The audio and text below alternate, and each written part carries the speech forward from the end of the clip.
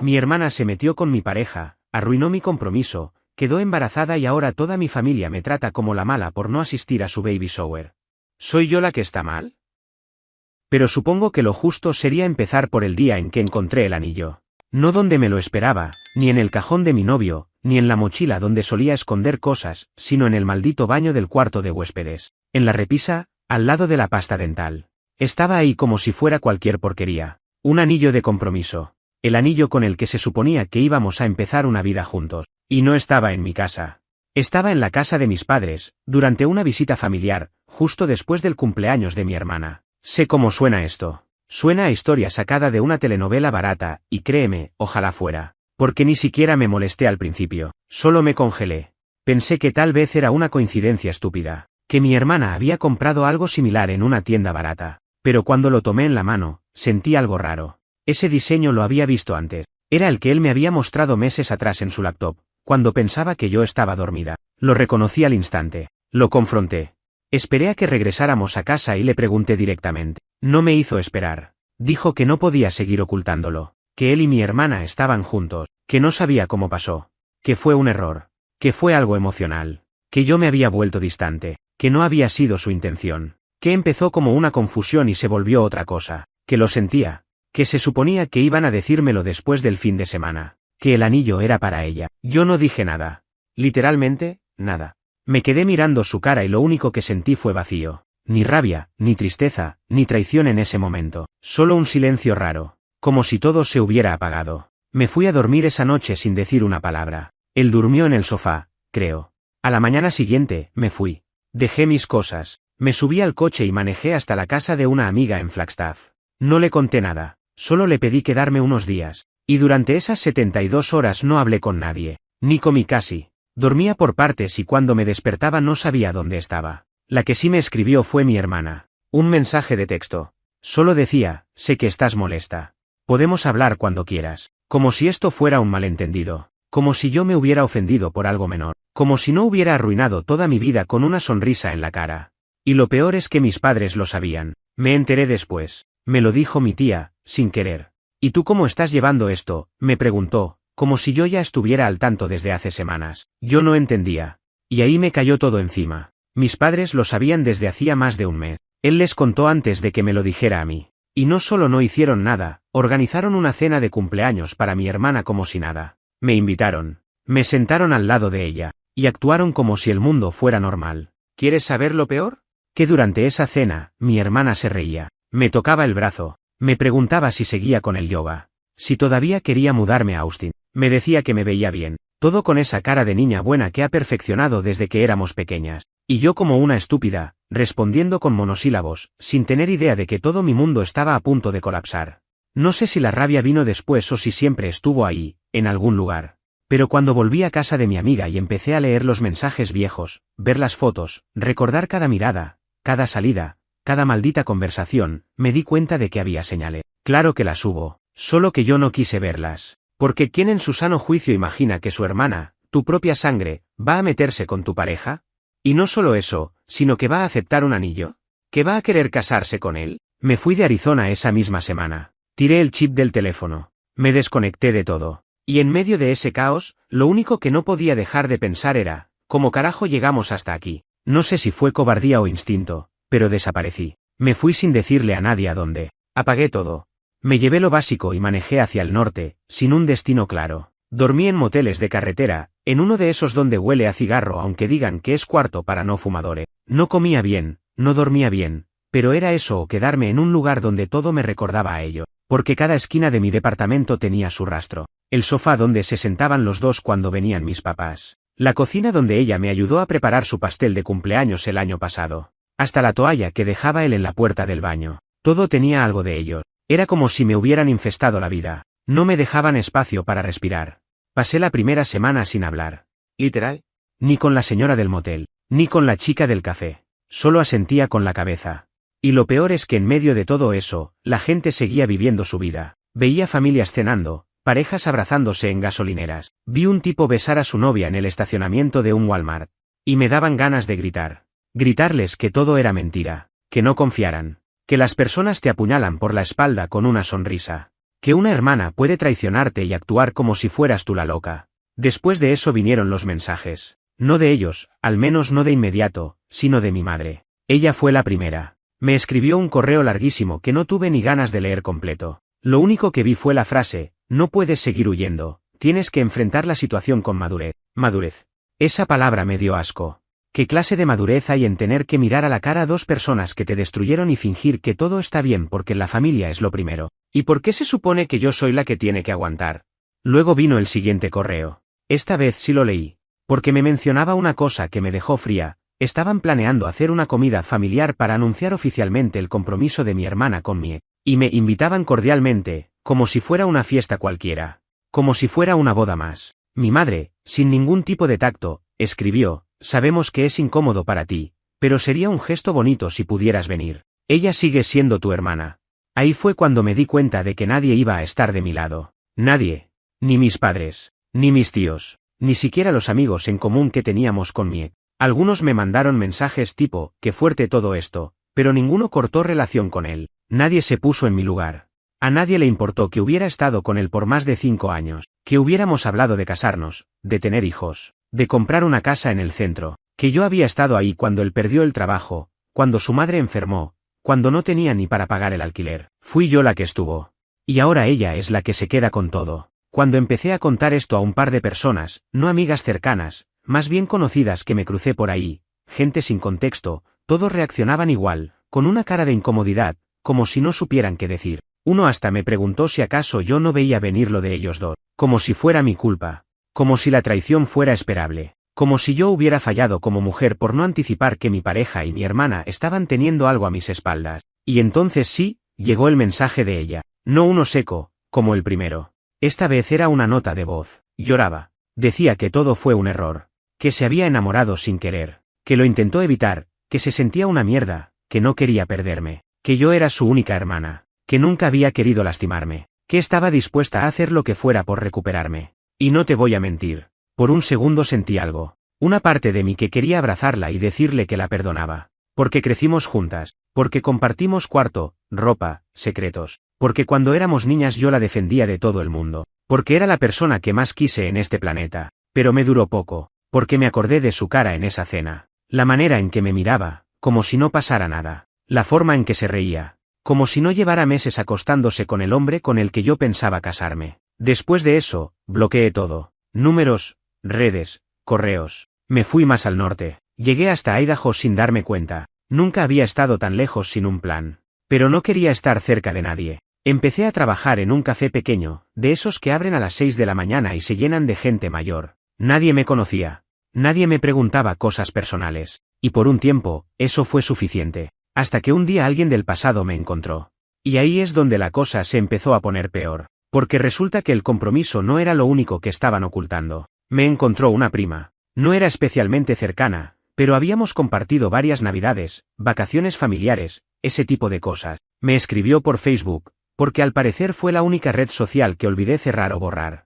Su mensaje fue cortito: no te voy a juzgar. Solo quiero contarte algo que creo que no sabes. Tardé 2 días en responderle. Estaba tan agotada mentalmente que ni siquiera sabía si quería abrir otra caja de mierda. Pero lo hice. Le dije que hablara, que dijera lo que tenía que decir y que no esperaba nada de mí a cambio. Me respondió con una llamada. Esa sí la tomé. Estaba sentada en la parte de atrás del café, en mi descanso, con las manos frías y el estómago vacío. Me dijo que el compromiso era una pantalla, que mi ex y mi hermana estaban juntos desde hacía más de un año, que todo el mundo en la familia lo sabía, que había rumores, que mi madre le contó a su madre, mi tía, que estaban tratando de no decirme hasta que fuera algo serio, que la comida de cumpleaños fue planeada no para festejar a mi hermana, sino para que yo viera con mis propios ojos lo bien que se llevaban antes de hacer el anuncio, como si eso lo hiciera más digerible, como si verme ahí, sonriendo con una copa de vino, sin saber que era la única estúpida en la mesa que no sabía la verdad, fuera la manera correcta de prepararme. Me quedé muda. No lloré. No grité. Solo sentí esa mezcla asquerosa de rabia con resignación, porque ya me lo imaginaba. En el fondo, ya lo sabía. Pero escucharlo de alguien más fue como recibir el golpe que había estado esquivando por semanas. Y entonces soltó lo peor. Me dijo que mi hermana estaba embarazada, que ya tenía casi 5 meses, que por eso se habían apurado con el compromiso, que por eso mis padres estaban tan desesperados porque yo lo aceptara. porque iba a ser el primer nieto. Y aparentemente, yo era una amenaza para esa alegría familiar si no me alineaba con el cuento feliz. Colgué. No dije gracias. No dije nada. Apagué el celular y me fui a caminar. Sin rumbo. Terminé en una estación de autobuses. Compré un ticket al azar. Me subí a un Greyhound que iba hacia Nevada. No tenía ni una mochila. Solo mi chaqueta, mi cartera y mi rabia. Lloré por primera vez en semanas en ese autobús. Un llanto feo, sin sonido, con la cara escondida. Como si fuera una niña. Como si estuviera huyendo de una casa en llamas. Porque eso era mi familia. Una casa que ardía y nadie hacía nada por apagar. En Reno alquilé un cuarto por semana. Me quedé sin trabajo, claro. Pero en ese momento me daba igual. Comía lo que podía. Dormía mal. Escribía cosas que no mostraba a nadie. Y cada vez que me despertaba pensaba, ella está embarazada del hombre que fue mi pareja por más de 5 años. Y todos están felices por ella. Una vez, por pura debilidad, volví a abrir el correo. Había uno nuevo. De mi padre esta vez. Era breve. Solo decía, estás invitada al baby shower. No queremos que este momento nos aleje más de ti. ¿Baby shower? ¿Querían que yo fuera a una celebración de la criatura que nació de la peor traición que he vivido? ¿En serio? Era como si me escupieran en la cara con una sonrisa. Respondí algo que todavía me hace sentir culpable, pero no me arrepiento. Le dije que esperaba que el bebé tuviera mejores valores que sus padres, y que si quería fingir que yo no existía, al menos tuviera la decencia de hacerlo sin invitarme a teatros de felicidad. Nunca me respondió. Pasaron los días. Los mensajes cesaron. El silencio fue lo único constante. Hasta que un día, semanas después, me llegó una solicitud en Instagram de una cuenta con nombre raro. No tenía foto. No tenía publicaciones. Solo seguía a mi hermana. Era ella. Me escribió por DM, pero no decía perdón. No decía te extraño. Decía, mamá está muy triste. No deberías castigarla por mis decisiones. Ahí me quebré. Porque no se trataba solo de la traición de pareja. No era solo mi hermana, ni él. Era toda una familia que me había dado la espalda, que había elegido mirar para otro lado, que decidió que el camino más cómodo era hacerme pasar por la tóxica, la inmadura, la resentida, en lugar de mirar de frente lo que habían hecho. Cambié de ciudad otra vez. Me fui a Sacramento. Viví en la casa de una señora que rentaba el garaje como cuarto. Dormía entre cajas. Trabajaba en un restaurante de comida rápida. Empecé terapia, aunque me costaba ir. Me sentía culpable hasta de existir.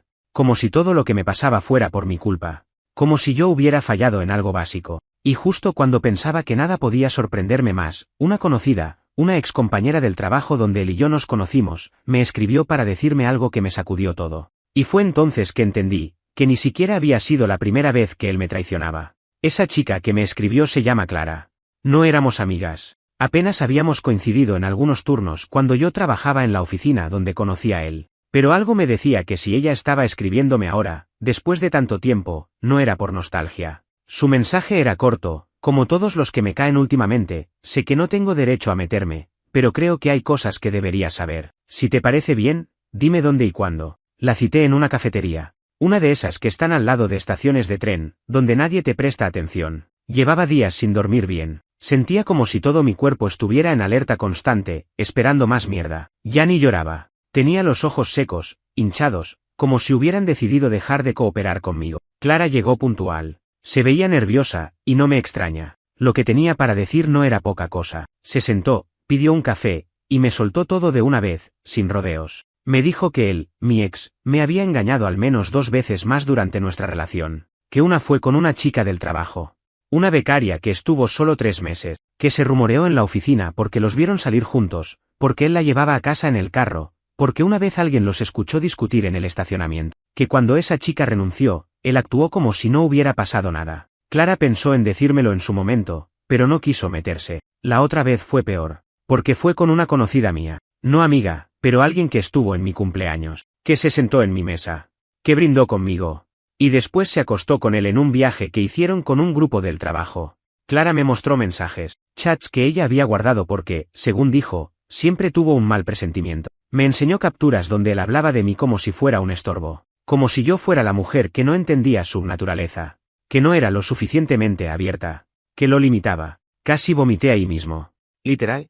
Sentí que el estómago se me revolvía de una forma que nunca había sentido. Me dolía la mandíbula de tanto apretar los dientes. Y no era solo por la traición, otra vez. Era por esa sensación asquerosa de haber vivido en una mentira durante años. De haber defendido a alguien que me veía como una carga. De haber apostado todo a una relación donde yo era la única que jugaba limpio. Clara terminó diciéndome que no buscaba disculpas, que solo quería que yo supiera con quién había estado. Le agradecí. De verdad. Aunque no sabía ni cómo agradecer algo así. Nos despedimos sin mucho más que un gesto con la cabeza. Ella se fue. Yo me quedé ahí, con el café frío, mirando a la gente entrar y salir como si nada. Volví al cuarto alquilado como un fantasma. Me metí en la ducha con la ropa puesta. No sé cuánto tiempo estuve ahí. Me senté en el piso. Dejé que el agua cayera. Pensaba en todas las veces que confié en él. En todas las veces que me llamó mi amor, que me prometió cosas, que me habló de tener hijos, que me abrazó cuando yo lloraba por cosas pequeñas. Y todo eso mientras se acostaba con otras. Mientras reía con mi hermana. Mientras todos me miraban como si fuera una broma viviente. Esa noche rompí cosas. Tiré una silla. Pateé una caja. Me corté con un vaso y ni me di cuenta hasta que vi la sangre en el suelo. No fue intento de nada. No iba a hacerme daño. Pero entendí que había tocado fondo. No por tristeza. Por rabia. Por impotencia. Porque me habían quitado todo lo que era mío. Mi relación. Mi confianza. Mi familia. Después de eso, vino una especie de calma. No una calma buena. Una calma hueca. Como si nada me importara ya. Trabajaba en automático. Sonreía por educación. No hablaba con nadie si no era necesario. Empecé a escribir lo que me pasaba. Páginas y páginas en cuadernos viejos. Todo lo que me callé durante años. Todas las veces que me sentí invisible. Las veces que él me interrumpía cuando hablaba. Las veces que mi hermana me hacía sentir pequeña. Las veces que mi madre defendía a ella incluso cuando estaba equivocada. Las veces que yo me tragué el orgullo para que hubiera paz en la familia. ¿Y todo eso, para qué? Un día me escribió otra vez. Desde un número nuevo. Me dijo que quería hablar. Que había cosas que necesitaba decirme. Que lo sentía. Que todo estaba saliendo mal con ella. Que no era lo que pensaba. Que me extrañaba. Que no había dejado de amarme. Te juro que no lo dudé ni un segundo. Lo bloqueé al instante. No porque ya no doliera. No porque no me tentara la idea de escucharlo arrastrarse. Sino porque entendí que yo ya no era la misma. Que algo en mí se había roto de forma definitiva. Y ahí fue cuando decidí que tenía que hacer algo. Que tenía que moverme de nuevo. Pero esta vez no para escapar. Sino para empezar desde cero. Lo que no sabía era que mi hermana no iba a dejar las cosas tan fácil. Pensé que después de todo, lo mínimo que harían sería dejarme en paz. Pero no. Nadie te suelta cuando ya te usaron y no les gusta la imagen que das al alejarte, porque de alguna forma, hasta el silencio les molesta. No estar ahí, no responder, no aplaudirles el show, eso les jode más que cualquier insulto. La que apareció esta vez fue ella, mi hermana. No directamente, claro. Usó a una amiga suya para contactarme. Una con la que salimos un par de veces antes, de esas que nunca supe si estaba de mi lado o del suyo. Me mandó un mensaje por Instagram desde su cuenta personal, como si nada. Un mensaje largo, lloroso, lleno de ella te necesita y no va a poder criar sola a un bebé con todo esto en la cabeza. Lo ignoré. Un día después, otro mensaje, más insistente, esta vez con una foto. Mi hermana, sentada en una cama de hospital, con una panza ya muy notoria, llorando. El texto decía, no come, no duerme, está deprimida, se siente culpable por todo. Si al menos le dijeras algo. Y ahí fue cuando se me cruzaron los cables. Porque ¿qué clase de manipulación es esa? Me sacan todo, me traicionan, me aíslan, me tiran por la borda, y ahora soy yo la que tiene que ayudarla emocionalmente porque está triste con las consecuencias de sus acciones. Le respondí con una sola línea, no me usen más como excusa para no lidiar con su propia mierda. Y la bloqueé también. A las pocas horas me llama mi padre. No lo había escuchado desde antes de desaparecer. La llamada sonó como si fuera una emergencia. Atendí. Me dijo que lo pensara. Que mi hermana me necesitaba. Que el bebé no tenía la culpa de nada. Que si yo tenía algo de compasión, de madurez, de sentido familiar, aparecería. Que ya se habían dicho cosas feas, que era hora de mirar hacia adelante. Le pregunté si en algún momento alguien, aunque fuera él, pensó en lo que todo eso me hizo a mí. Me dijo que fue duro para todos. Esa fue su respuesta. Como si todos estuviéramos en el mismo nivel de dolor. Como si me hubiera caído café encima y no me hubieran metido una puñalada por la espalda. Después me dijo algo que no me esperaba, pero que confirmó todo, si sigues con esta actitud, te vamos a tener que excluir. No por castigo, sino porque estás haciendo que todo sea más difícil de lo que ya es. Y ahí se rompió lo último que me quedaba. Porque ya ni siquiera disimulaban. Ya no era vamos a hablarlo, queremos entenderte, intentemos sanar. No.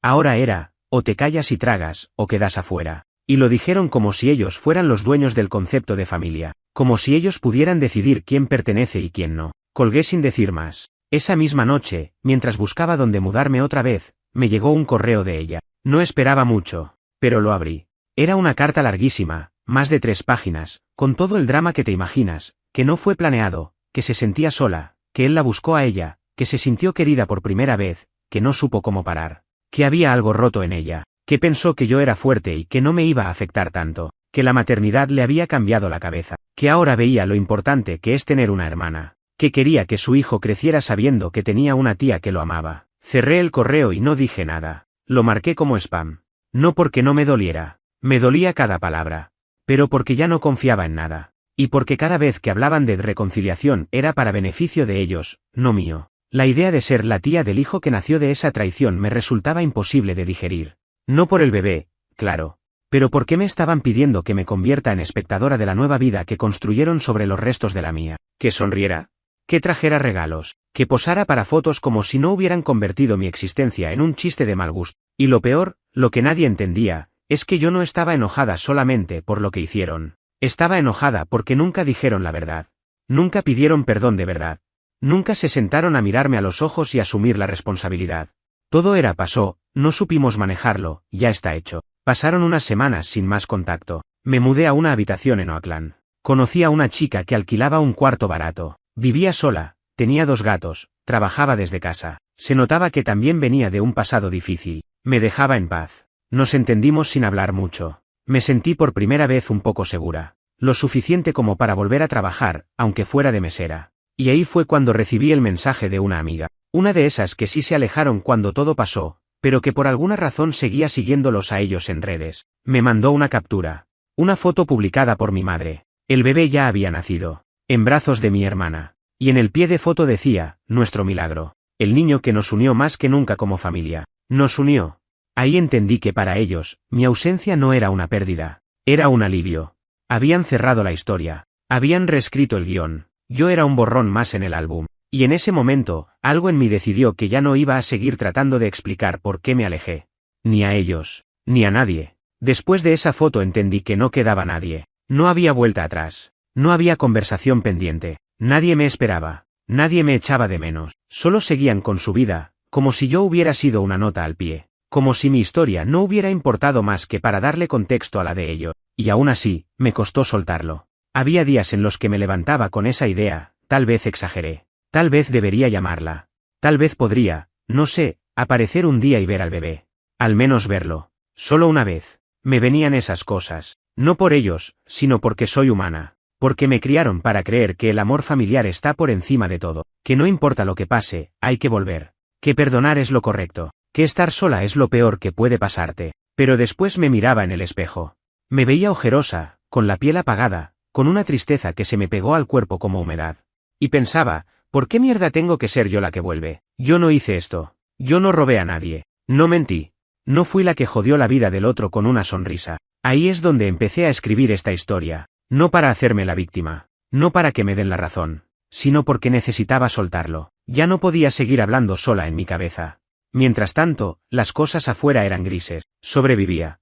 Nada más. Trabajaba en turnos dobles. No hablaba mucho con nadie. La chica con la que vivía era tranquila, me respetaba el espacio, pero no nos hicimos amigas. Yo no podía conectar con nadie. No después de todo eso. Me costaba hasta pedir el pan sin pensar que la otra persona podía volverse contra mí. Hasta que una noche, de la nada, mi ex apareció. Literalmente, tocó el timbre de la casa. Pensé que era una broma. Me asomé por la ventana y ahí estaba él, parado. Con una cara que no sabía si era de culpa, de cansancio o de arrogancia. Me costó entender que era real. Me quedé congelada. Fue la chica con la que vivía la que se acercó y me preguntó si todo estaba bien. Le dije que no abriera, que no lo dejara entrar. Ella no preguntó más, solo se fue a su cuarto, cerró la puerta. Me protegió sin hacer escándalo, como debe ser. Yo me quedé pegada a la ventana, mirando como él esperaba. Sacó el celular. Me llamó. El número era nuevo, pero supe que era él. No atendí. Luego mandó un mensaje, larguísimo. Y sí, lo leí. Decía que todo estaba mal con mi hermana, que se peleaban todo el tiempo, que ella lo controlaba, que lo espiaba, que no confiaba en él, que la situación con el bebé lo sobrepasaba, que él había cometido muchos errores, que me había perdido, que ahora se daba cuenta, que me soñaba, que me extrañaba, que no sabía a quién más acudir. Yo solo pensaba, ¿y yo qué carajo tengo que ver con esto? Me fui al baño, me encerré. Le contesté con una sola frase: no vengas más. No llames. No escribas. Nunca más. Lo bloqueé. Y me quedé ahí, en el piso del baño, en silencio, temblando. No por él, sino por mí. Porque por primera vez en mucho tiempo sentí que estaba recuperando algo. No sé qué exactamente, pero algo. Una parte de mí que no quería seguir revolcándose en lo que me hicieron. Algo que me decía: esto no te va a destruir del todo. Días después, recibí una última señal. Una carta. Escrita a mano, firmada por mi madre. Sin remitente, pero reconocí su letra. Decía que me perdonaba. Que entendía que yo estaba dolida, pero que estaba equivocada. Que ella solo quería que sus hijas estuvieran juntas. Que el niño, su nieto, merecía crecer con una familia unida. Que todavía estaba a tiempo de rectificar. Que esperaban verme en el bautizo. ¿El bautizo? Lo leí 2 veces. Me reí. No fuerte. De esas risas tristes que te salen cuando ya no hay otra forma de reaccionar.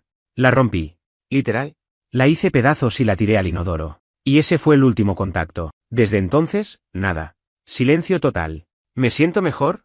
No siempre. Hay días en que me levanto sintiendo que me arrancaron algo. Hay días en que me cuesta mirar a otras familias, a otras hermanas, a otras parejas. Porque siento que hay algo en mí que quedó quemado para siempre. Algo que ya no voy a recuperar. Pero hay otros días, también. Días en los que siento que estoy reconstruyéndome. Lento. Mal. Con pedazos que no encajan. Pero sigo. Y por ahora, eso es lo único que puedo hacer. Me costó mucho decidir que ya no quería saber nada más. Porque incluso cuando creía que había cerrado la puerta, siempre dejaba una rendija. Una pequeña parte de mí seguía espiando a través del hueco. No porque esperara que todo volviera a ser como antes, eso ya estaba muerto, sino porque no sabía cómo vivir con el silencio, con la idea de que ya no tengo familia, de que ellos eligieron borrarme. O peor, que yo misma me tuve que borrar para no volverme loca. Un día me encontré con una ex compañera del colegio. Fue pura casualidad. Estaba trabajando en una feria de libros, ayudando con el montaje, y ella era parte del equipo de logística. Me reconoció al instante. Yo, al principio, fingí que no. Pero después terminamos tomando un café en un descanso. Me preguntó por mi vida. Por mi familia. Por mi hermana. La gente siempre pregunta eso. Como si lo lógico fuera que siguiera todo unido. Como si los lazos de sangre fueran inquebrantables por default. Le conté lo básico. Sin dar nombres, sin detalles morbosos, solo lo suficiente como para que entendiera por qué cambié tanto. Me escuchó en silencio. Después me dijo algo que se me quedó clavado: a veces uno tiene que perder todo para empezar a vivir sin pedir permiso. Esa frase me siguió todo el día. No porque fuera profunda o inteligente, sino porque era verdad. Toda mi vida fui la hija buena, la hermana que siempre decía que sí, la pareja que aguantaba. Y cuando todo se rompió, seguí intentando ser la que no hace lío, la que no responde mal, la que deja pasar, como si con eso fuera a recuperar algo. Pero no. Lo único que hice fue hundirme más. Esa noche me senté frente a la computadora y empecé a escribir todo. Esto, lo que estás leyendo, no por venganza. No para que nadie quede como el malo de la película, sino porque quería tener mi versión. Porque todos ellos, mi familia, mi hermana, él, se quedaron con la narrativa. Se la contaron a sus amigos, a los vecinos, a los compañeros del trabajo. Seguro dijeron que me puse intensa, que no supe manejar las cosas, que exageré, que ella se fue porque no podía soportar que su hermana fuera feliz. Y yo me quedé con la historia atravesada. Con la verdad sola, sin testigos. Así que esto es para mí. Para dejar todo sobre la mesa. Para no tener que explicar más. Para que si alguna vez alguien quiere saber por qué no tengo familia, le pueda mostrar esto sin tener que repetirlo de nuevo. Y mientras escribía, me llegaron 2 mensajes más. De tías. Mujeres que nunca me buscaron antes, pero que ahora, que el bebé ya tenía nombre, fotos y todo el espectáculo de Facebook, querían que volviera. Uno de los mensajes decía: no le hagas esto a tu mamá, la estás envejeciendo con tu odio. ¿Mi odio? Nunca hubo odio. Hubo abandono. Hubo traición. Hubo silencio. Ellos fueron los que decidieron proteger la imagen de la familia antes que a una de sus hijas. Ellos fueron los que me sacaron sin decirlo. Yo solo hice oficial lo que ellos ya habían ejecutado. Y mientras tanto, mi hermana sigue publicando cosas. Me contaron que el niño ya tiene más de 6 meses, que es sano, que tiene los ojos de él, que mi madre lo lleva al parque, orgullosa, que mi padre ya le compró su primer balón de fútbol, y que ella sigue hablando de superar diferencias y volver a unirnos como si se tratara de un malentendido. Yo no puedo con eso. No puedo con esa versión amable de lo que pasó. No fue una pelea. No fue una diferencia de opiniones. Me arrancaron la vida que estaba construyendo, y encima me exigieron que aplaudiera la que armaron encima de mis ruinas. Lo que sí hice fue algo pequeño, pero importante: cambié mi apellido en redes. No el legal, Todavía no me siento lista para ese paso, pero sí el que usaba públicamente. Puse uno inventado. Nadie que me busque por mi nombre real puede encontrarme fácil ahora. Es mi manera de tomar distancia, de decir, ya no me represento por ese apellido, ya no pertenezco a ese núcleo. Unos días después, conocí a alguien. No un nuevo novio. Ni siquiera sé si puedo volver a estar con alguien en ese sentido. Es una amiga.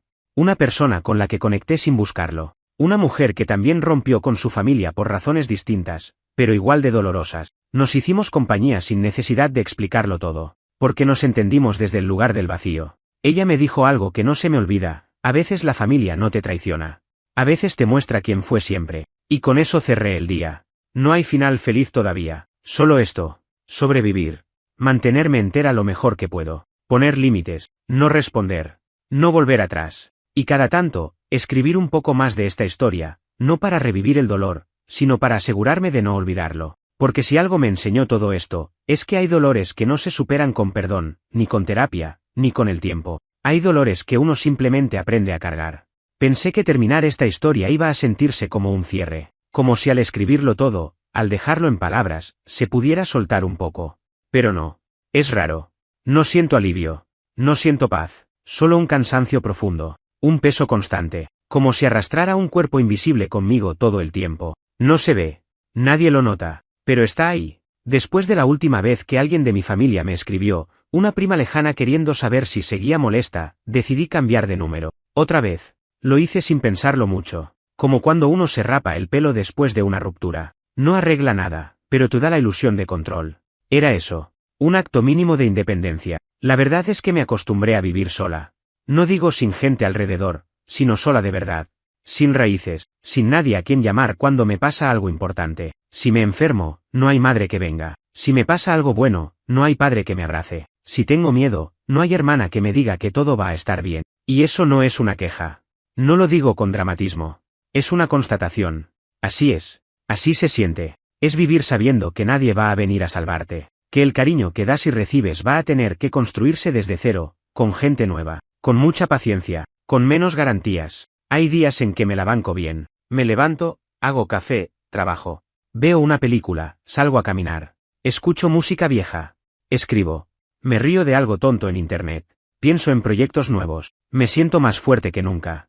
Y hay otros días en los que me despierto sintiéndome de 10 años, asustada, sola, queriendo a mi mamá, incluso si sé que ella ya no está para mí, queriendo a mi hermana, incluso sabiendo todo lo que hizo, porque la sangre es una mierda tramposa, te hace extrañar a quienes te destruyeron, te hace preguntarte si no podrías haber hecho algo distinto, si no hubo un momento en el que pudiste haber cambiado todo, pero no, lo revisé 1000 veces, cada conversación, cada decisión, cada silencio, no hubo espacio, no hubo margen. No hubo otra forma. Hice lo que tenía que hacer. Me fui. Me protegí. Ahora vivo en un estudio pequeño en una ciudad donde nadie me conoce. Tengo una gata que encontré en la calle. Se llama Mina. Me sigue a todos lados. Duerme encima mío. Cuando lloro, me mira con una cara que juro que entiende. Es mi familia ahora. Y no necesito más. Hace poco me ofrecieron un trabajo nuevo. Mejor sueldo. Más estabilidad. Lo acepté. Me estoy armando una vida lenta, sin grandes expectativas, pero con lo básico: tranquilidad, rutina, espacio. Aprendí que eso también es felicidad. No tener que mirar atrás todo el tiempo. No vivir esperando el siguiente golpe. Sobre ellos, no sé nada más. No quiero saber. No busco sus nombres. No acepto pedidos de conocidos en redes. No abro correos si no reconozco al remitente. Vivo como si estuvieran muertos, aunque sé que no lo están. Y si algún día alguien me dice que algo les pasó, no sé cómo voy a reaccionar. Capaz lloro. Capaz no siento nada. Capaz solo me quedo mirando una pared durante horas. Y está bien. Porque esta historia no es sobre ello. Es sobre lo que me dejaron. Lo que sobrevivió. Lo que reconstruí con las manos temblando. Hay gente que dice que uno debe reconciliarse, que hay que sanar, que el perdón libera. A esa gente le deseo lo mejor. De verdad. Pero yo aprendí otra cosa: a veces sanar no es volver. A veces sanar es no permitirles entrar nunca más. No abrir la puerta. No contestar. No cruzarse nunca más en la historia del otro. Y si alguien me pregunta si me arrepiento de haberme alejado, la respuesta es no. Lo que me arrepiento es de haber aguantado tanto.